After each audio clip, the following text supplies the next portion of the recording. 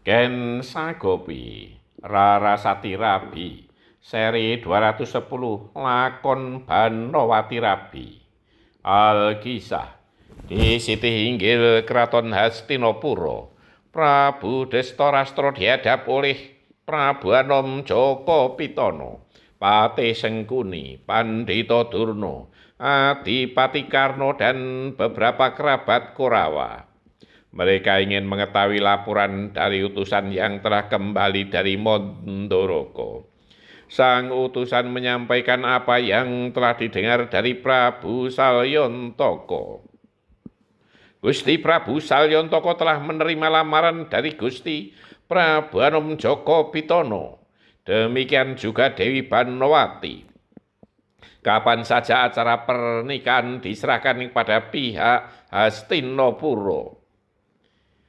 Akhirnya diserahkan ke pihak Hastinapura. Kenapa mesti ditunda-tunda? Selapate Sengkuni. Gusti Dewi Banowati minta syarat yang harus dipenuhi. Lanjut utusan itu. Minta syarat apa?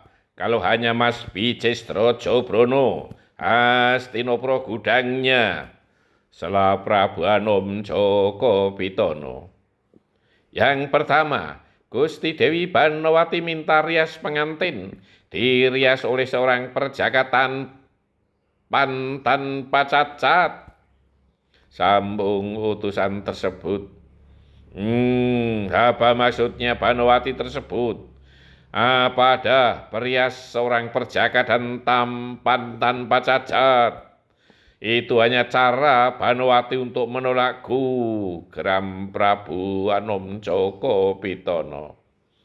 Iyung, sabar Angger Prabu, selapate Sengkuni. Terus berikutnya apa?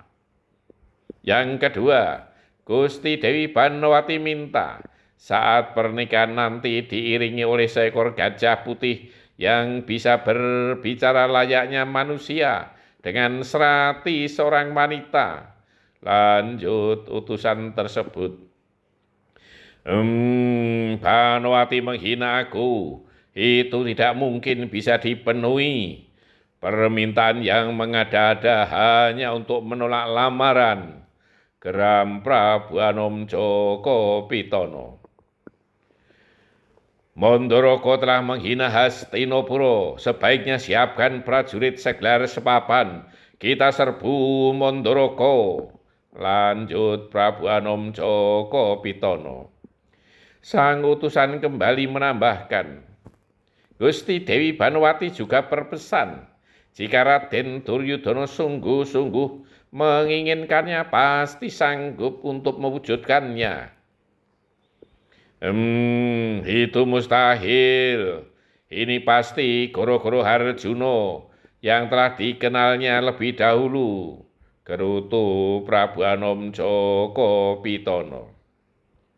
Iyeng, bisa jadi runyam ini.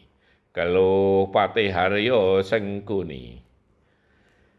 Kanda Prabu Destarastra, kami mohon saran apa yang mesti kami lakukan, berkata Patih Haryo Sengkuni.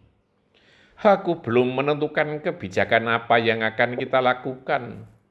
Berhubung di sini ada menantu Prabu Salyontoko, biarlah kita dengar apa pendapatnya. Jawab Prabu Destarastra. Kemudian katanya kepada Adipati Karna, Angger Adipati Karna, apakah saran yang bisa disampaikan? Adipati Karna khawatir jika sampai terjadi peperangan antara Hastinapura melawan Mandoroko, tentu akan banyak korban di kedua belah pihak, dan ia sendiri tidak bisa berpihak kepada salah satunya.